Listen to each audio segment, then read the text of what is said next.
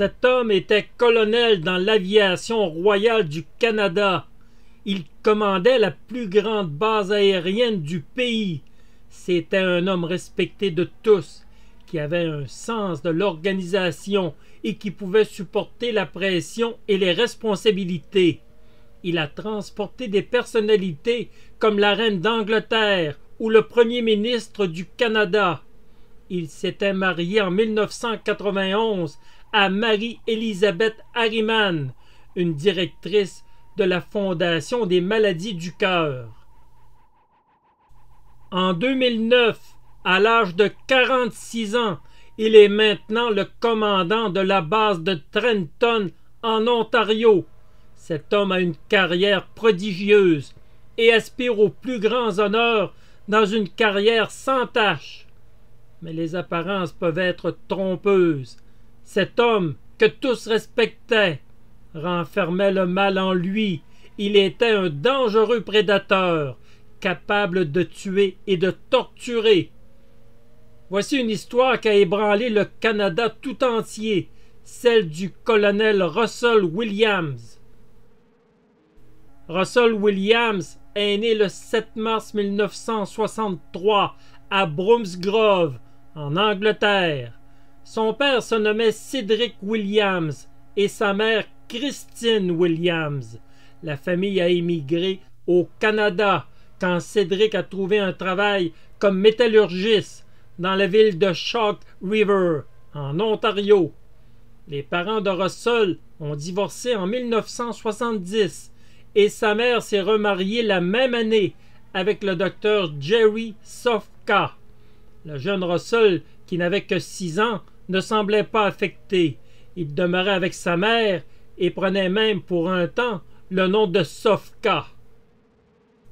Russell Williams va continuer ses études au Canada de façon tout à fait normale. Alors qu'il est âgé de 16 ans, il va demeurer au Canada alors que ses parents vont déménager en Corée du Sud pour un projet nucléaire. Russell complète ses études secondaires au Upper Canada College de Toronto, une école privée de prestige. Le jeune Williams est doué pour les études et il se destine à une grande carrière. Après ses études au collège, il étudie à l'Université de Toronto. Il obtient des diplômes en économie et en sciences politiques. Il débute une carrière de pilote et prend des leçons à l'aéroport de Bottonville de Toronto. Russell Williams a le choix. Il peut décider de son avenir. En 1987, il prend la décision de s'enrôler dans l'armée canadienne. En 1990, il obtient son brevet de pilote. Russell Williams, 27 ans, a un avenir prometteur devant lui et il va gravir les échelons rapidement. Il deviendra un homme respecté de tous. L'homme à qui on confie des missions de prestige. L'homme qui a toute la confiance de ses supérieurs. Russell Williams a épousé Marie-Élisabeth Harriman le 1er juin 1991. Harriman était directrice associée de la Fondation des maladies du cœur et de l'AVC du Canada. Le couple sans enfants semblait très bien assorti. Ils avaient chacun une belle carrière et se retrouvaient souvent sur les terrains de golf. En 2006, ils se sont installés à Orléans, en banlieue de la capitale canadienne, Ottawa. Chacun était très occupé durant la semaine, mais habituellement, ils ne manquaient jamais les week-ends pour se retrouver ensemble. La carrière de Russell Williams est parfaite. Il n'a jamais reculé devant les défis qui s'offraient à lui. Il a été promu à la direction des besoins aériens aux quartiers généraux de la Défense nationale. Par la suite, ses connaissances ont été précieuses pour la capacité du transport aérien stratégique et tactique. Williams a étudié tout au long de sa vie militaire. Il a obtenu une maîtrise en études de la défense du Collège militaire royal de Kingston. En 2004, il a reçu le grade prestigieux de lieutenant-colonel à l'âge de 41 ans. Le 437e escadron de transport de Trenton a par la suite été sous son commandement. En juillet 2009, il est dans les hauts sommets de l'armée canadienne. Il obtient l'un des postes les plus convoités au pays. Il devient le commandant de l'importante base des forces canadiennes à Trenton, Ontario. Williams est un homme décoré de la médaille du service en Asie du Sud-Ouest avec la barrette Afghanistan, ainsi que d'autres honneurs. Les qualités de Russell Williams ne s'arrêtaient pas là. Williams pilotait des aéronefs VIP de l'armée canadienne pour transporter des dignitaires de haut rang. Les forces armées canadiennes et le gouvernement avaient une telle confiance en lui qu'on lui avait confié la lourde responsabilité de transporter la reine Élisabeth et le prince Philippe, le premier ministre du Canada Stephen Harper et d'autres dignitaires qui lui ont tous été présentés et qui ont profité de ses services. Williams avait un dossier militaire à toute épreuve et bien garni. Le général Angus Watt avait déclaré un jour à son sujet: Williams pouvait gérer beaucoup de pression, un calendrier très chargé, beaucoup de priorités contradictoires. C'était un gars assez impressionnant. Et pourtant, en réalité, le colonel Russell Williams était un homme sadique, un homme profondément malade, capable des pires atrocités. Bientôt, il deviendrait une terreur et plus tard, un assassin.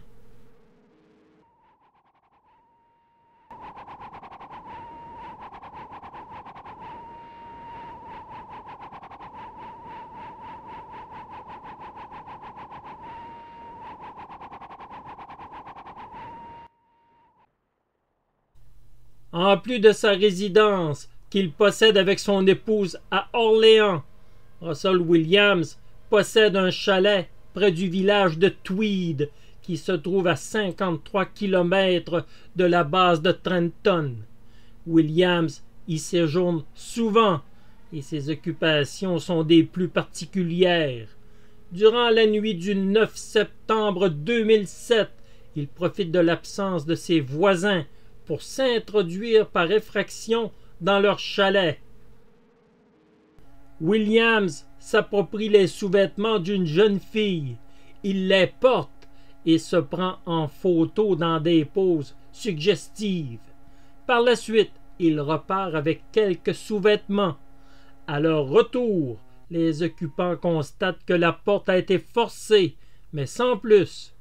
La jeune fille constate à peine l'absence de ses sous-vêtements. Russell Williams commence à exprimer ses déviances, mais bientôt elles vont monter en intensité. Bientôt, il tuera de la pire des manières. Au cours des mois suivants, Russell Williams continue d'entrer par effraction dans les chalets près de Tweed. En 2008, ce sont maintenant des effractions qui sont répertoriées à Orléans. Williams pousse même l'audace en retournant à certains endroits 2 fois. Il continue son rituel de la même manière. Il prend des photos de sous-vêtements qu'il dépose sur un lit. Il les porte et se prend en photo. Le nombre impressionnant de 82 cambriolages sont répertoriés. Le colonel a volé pas moins de 1400 sous-vêtements féminins. Il est imprenable. Il réussit avec audace ses effractions. Une fenêtre ou une serrure ne vont pas lui résister. Jamais il ne sera soupçonné de tous ses méfaits. Au début, Williams était méticuleux et astucieux.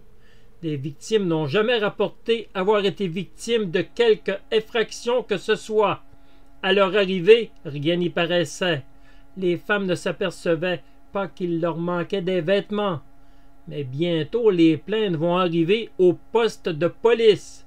Des policiers vont surveiller les rues d'Orléans. Mais peine perdue, Williams se dissimule tel un fantôme. Il a maintenant 25 infractions à son actif. Russell Williams se rit des policiers. Il commet ses méfaits facilement. Il va ainsi prendre une confiance démesurée en lui. L'intensité de ses crimes continue de monter peu à peu. Il laisse un message violent sur un ordinateur.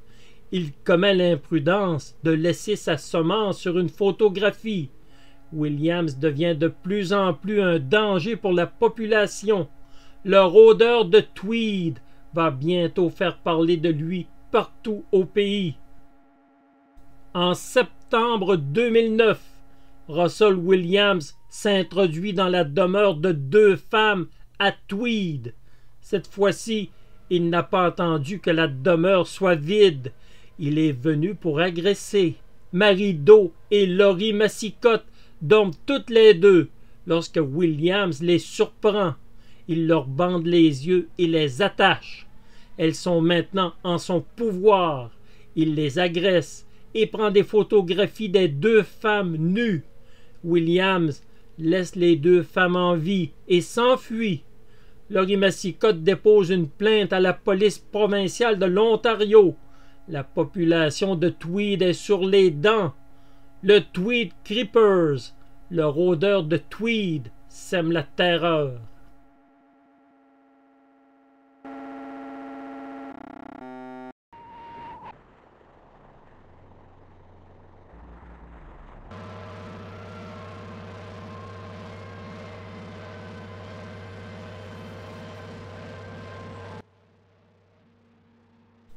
Marie-France Comeau est caporale dans les forces armées canadiennes.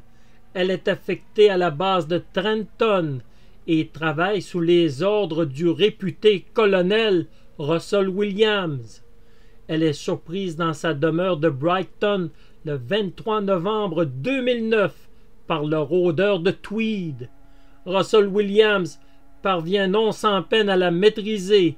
Il la brutalise en lui assénant des coups avec une lampe de poche. Williams va l'agresser et la battre. Il la tue au moyen d'un ruban adhésif qu'il dépose sur son visage. Williams a filmé les longues heures de torture qu'il a infligées à Comeau. Le corps est découvert 30 heures plus tard. Le meurtre est des plus horribles. Un homme cruel a commis cet assassinat. La maison est scrutée de fond en comble.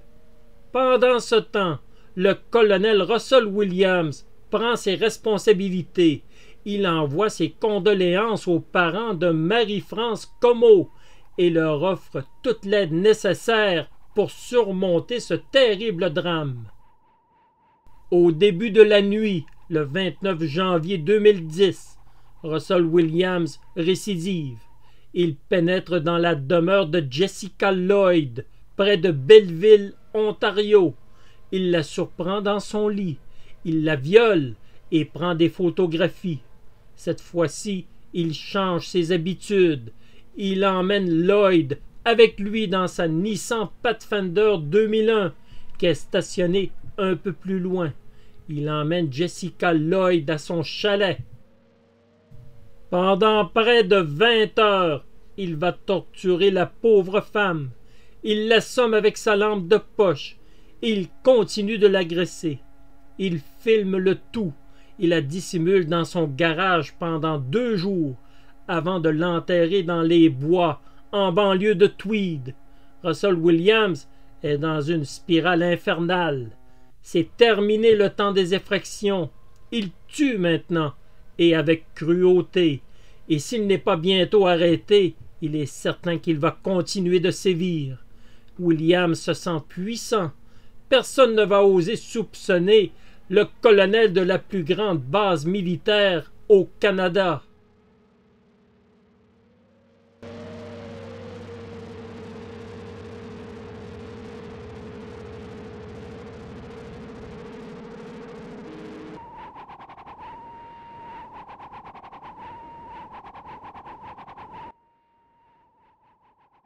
Les policiers croient que les agressions sexuelles qu'ont subi Marie Doe et Lori Massicotte, ainsi que le meurtre de Marie-France Comeau et la disparition de Jessica Lloyd, sont tous reliés. Pendant une semaine, les recherches sont intensives pour retrouver Jessica Lloyd, mais sans succès. La résidence de Jessica Lloyd a été fouillée de fond en comble. Des témoins ont affirmé avoir vu un véhicule tout-terrain stationné près de la maison de Lloyd. Des traces de pneus laissées dans la neige sont identifiées. La police provinciale met le paquet dans cette enquête. Les policiers ont commencé par établir des barrages routiers près du domicile de Jessica Lloyd. Les traces de pneus découvertes ne sont pas très répandues. C'est l'indice principal pour les policiers, reconnaître un véhicule qui pourrait correspondre. Le 4 février 2010, un homme de 47 ans emprunte l'autoroute 37.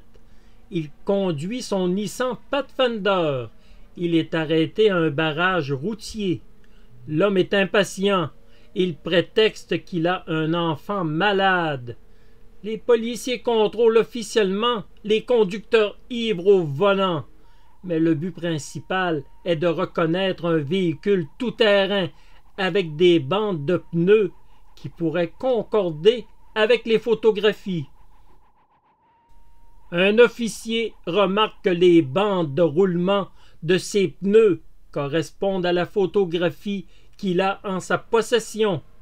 Après une comparaison, on statue que la correspondance est parfaite.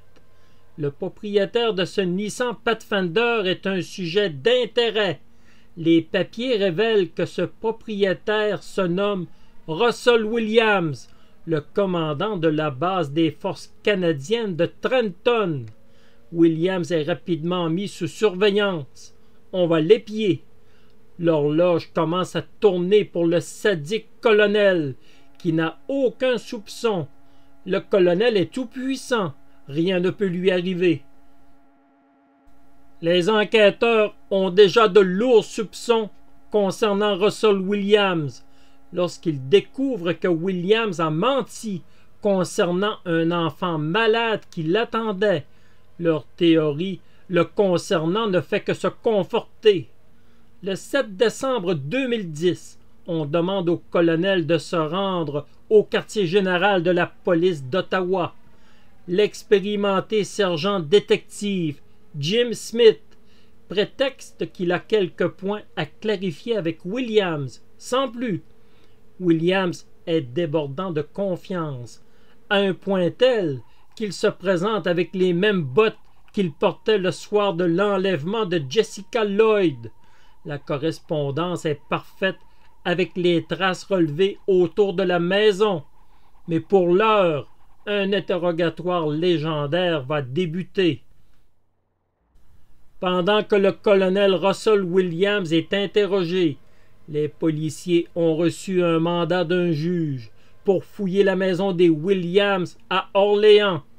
Marie-Élisabeth Harriman est présente sur les lieux. Elle est impuissante. Elle doit assister à cette triste scène. Les policiers retrouvent des sous-vêtements féminins en quantité impressionnante. 3000 photos qui ne laissent aucun doute sur les crimes et les assassinats que Williams a commis. Pendant l'interrogatoire, on informe le sergent détective Jim Smith des découvertes. Le rusé sergent a maintenant tout en main pour interroger le solide colonel, qui est très calme et sûr de lui. Le sergent Jim Smith reçoit Russell Williams de façon très amicale. Il lui redit qu'ils ont quelques points à confirmer avec lui. Smith se doit de percer la carapace de Williams. Patiemment, il va lui exposer le déroulement sur les agressions de 2 femmes, du meurtre de Marie-France Comeau et de la disparition de Jessica Lloyd. Russell Williams est détendu. Il mange de la gomme et répond à toutes les questions avec confiance et sans hésitation. Smith affirme à Williams qu'ils ont eu envie de lui parler car ses déplacements concordaient parfaitement avec les endroits où les crimes avaient été commis, ce que Williams ne pouvait réfuter. Par la suite, Smith lui montre les traces de pneus qui concordaient parfaitement avec celles de son Nissan Pathfinder. Pendant des heures, Smith joue une partie d'échecs avec Williams.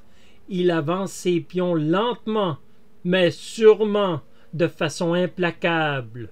Petit à petit, Williams commence à baisser la tête. Sa belle assurance est envolée. Il comprend que son chemin vers la liberté se rétrécit de minute en minute.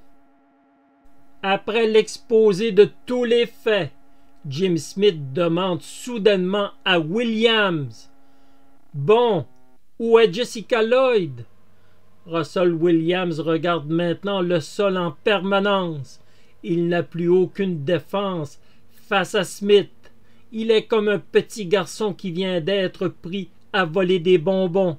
Smith lui demande son sentiment face aux actes qu'il a commis. Williams répond qu'il est désappointé.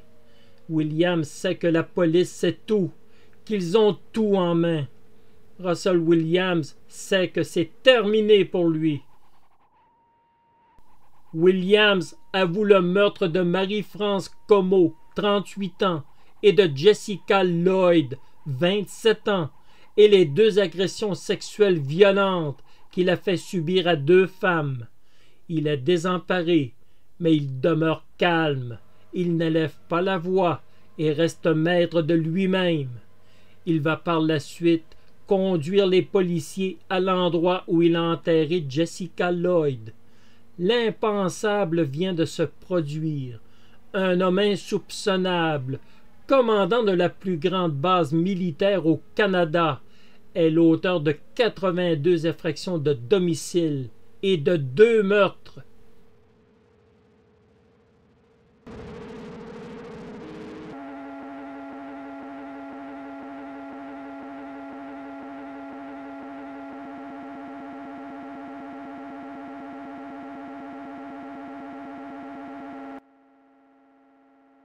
Le 22 juillet 2010, Russell Williams a comparu devant la Cour de l'Ontario à Belleville. Il a renoncé à une enquête préliminaire. Le 18 octobre, il a plaidé coupable à toutes les accusations portées contre lui. 82 infractions de domicile entre 2007 et 2009, 2 meurtres et 2 agressions sexuelles violentes. Des photos très révélatrices ont été apportées comme preuve par le procureur de la Couronne, Robert Morrison. Certaines de ces photos ont été publiées dans les médias. Le 21 octobre 2010, le juge Robert Scott de la Cour supérieure a condamné Russell Williams à 2 peines concurrentes de 25 années de réclusion. Il a été statué par la suite qu'il ne serait jamais éligible à une liberté conditionnelle. Il n'y a eu aucun procès car Williams a plaidé coupable à toutes les accusations. L'armée lui a retiré son rang de colonel et l'a démis de ses fonctions. Ses uniformes ont été brûlés, ses médailles, sa cache de vêtements et son Nissan Pathfinder ont été détruits. Il purge sa peine dans une prison à sécurité maximale et n'en sortira jamais plus. Le colonel Russell Williams était un militaire avec une carrière exceptionnelle. Dans l'armée depuis 1987, il avait gravi les échelons rapidement pour devenir le commandant de la plus grosse base des forces armées canadiennes à Trenton.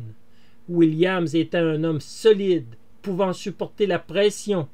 Il était un pilote expérimenté qui avait eu l'honneur de transporter de hauts dignitaires partout dans le monde. Cet homme impressionnait et recevait l'admiration de tous.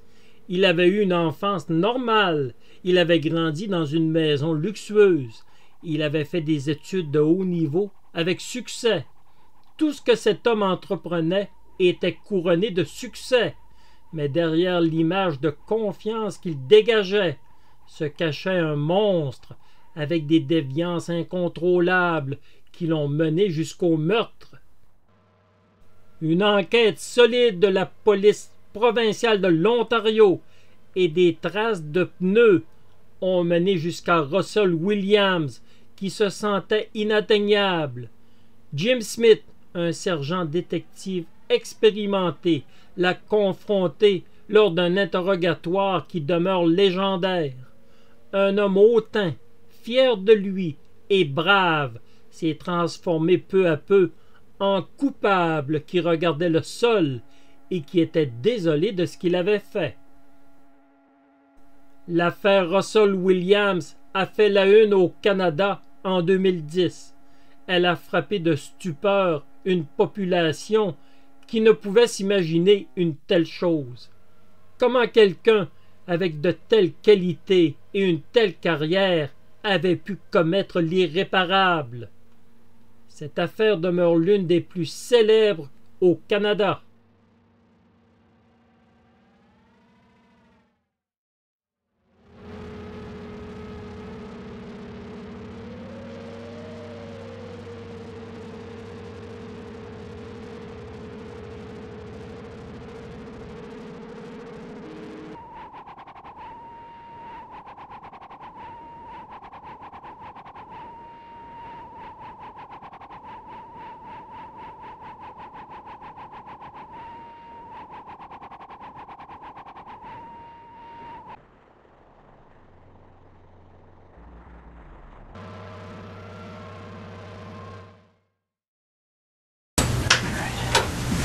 You just had to see Russ. The guy I was speaking with on whatever night that was Russ as well. Oh yeah, And he took every number I had. yeah. Now they were doing some pretty thorough interviews that night. So. Yeah, absolutely. I was All right. glad to see it. I'm just gonna move your gloves here. That's a little microphone, just to make sure there's nice and clear. As you can see here, everything in this room is videotaped and audio taped. Check. You ever been interviewed by the police in a room like this before? I Or? have never been interviewed like this. Oh no. Okay. No. Let's get this set up there.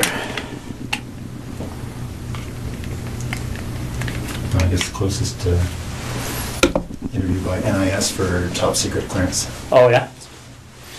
All right. Well, again, Russell, I appreciate you coming in. An investigation like this, I mean, I'm sure you can appreciate it's been big news, especially down Belleville way.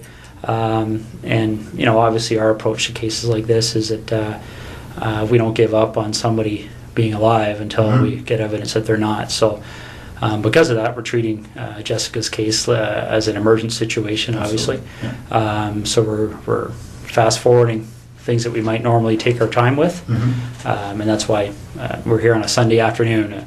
Sure. So again, I appreciate it. Okay. We're going to do a pretty thorough interview today. Okay. And the reason for that is because the last thing we want is to be calling people back again and again and again. Okay.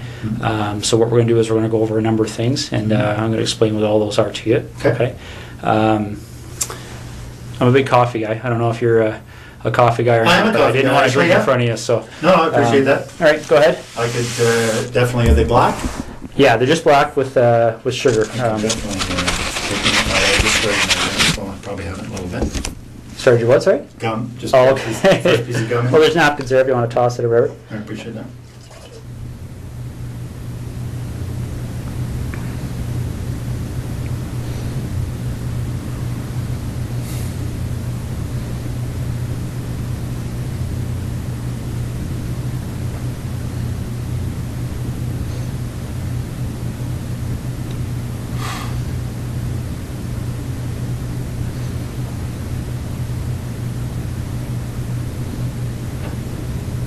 Okay. Okay. So where is she?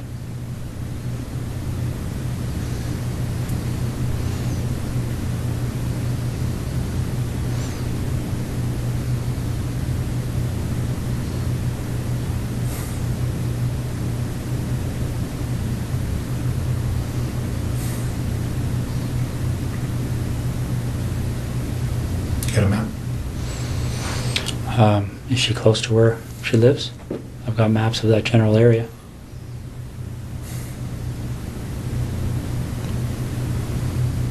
Which town is she near? Why don't we start there?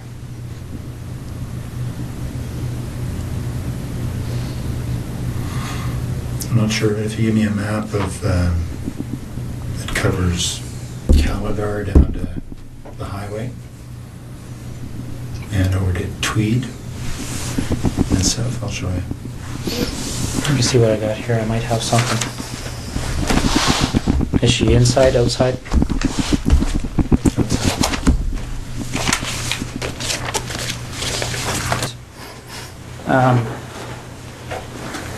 In the basement of her house, there's a hole in the drywall. Do you recall how that happened? Whereabouts? I don't know specifically, but it's downstairs. I don't remember that. No. Okay. Do you remember doing anything with her in the basement where you may have used some clothing or something to secure her? Yeah, I tied her up against one of the poles in the basement initially. I went outside and put the screen back on and secured the window. Okay. While she was tied to the pole? Yep. And what was your thinking behind doing that at that point? Just to cover up how I'd come in. Okay. Now, by the time she's tied to that pole, is that in the very initial few minutes kind of thing of the confrontation, or? That was shortly after I'd subdued her and tied her up, yes. Okay. Does she have the duct tape on her mouth yet?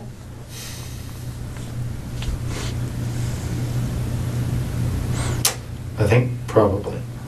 Okay. The pictures will show it. All right.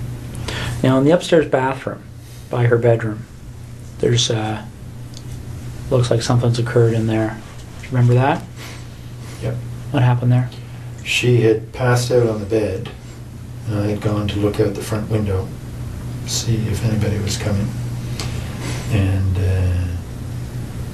she got up and closed the bedroom door and raced into the bathroom trying to get somebody's attention. But her mouth was taped and her hands were tied. Okay.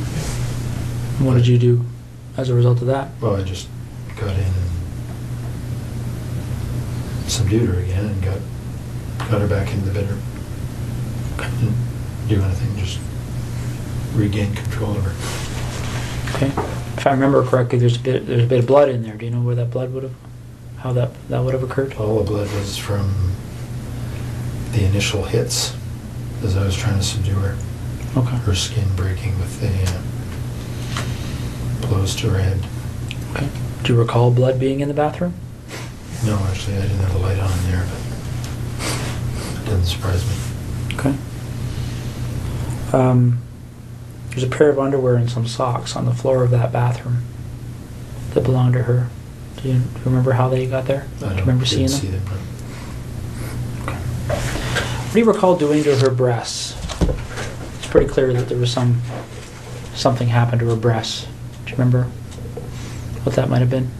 No, I certainly touched her breasts. I didn't do anything to hurt them. I remember that. No. Okay. All right.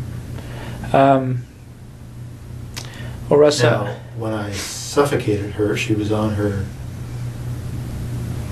front, so may have been something there. But What do you mean? well, she was lying on the floor in the bedroom as I suffocated her, and obviously struggled. May have been in there that something happened, but I didn't do anything specific to her breasts. Okay. So when you suffocated her, that's when you had the duct tape over her mouth and nose, Mhm. and that's on the floor. Yep. And then what happens after that? Well, she died, and I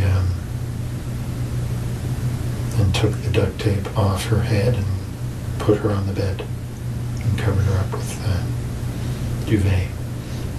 Okay. And what was your thinking behind doing that?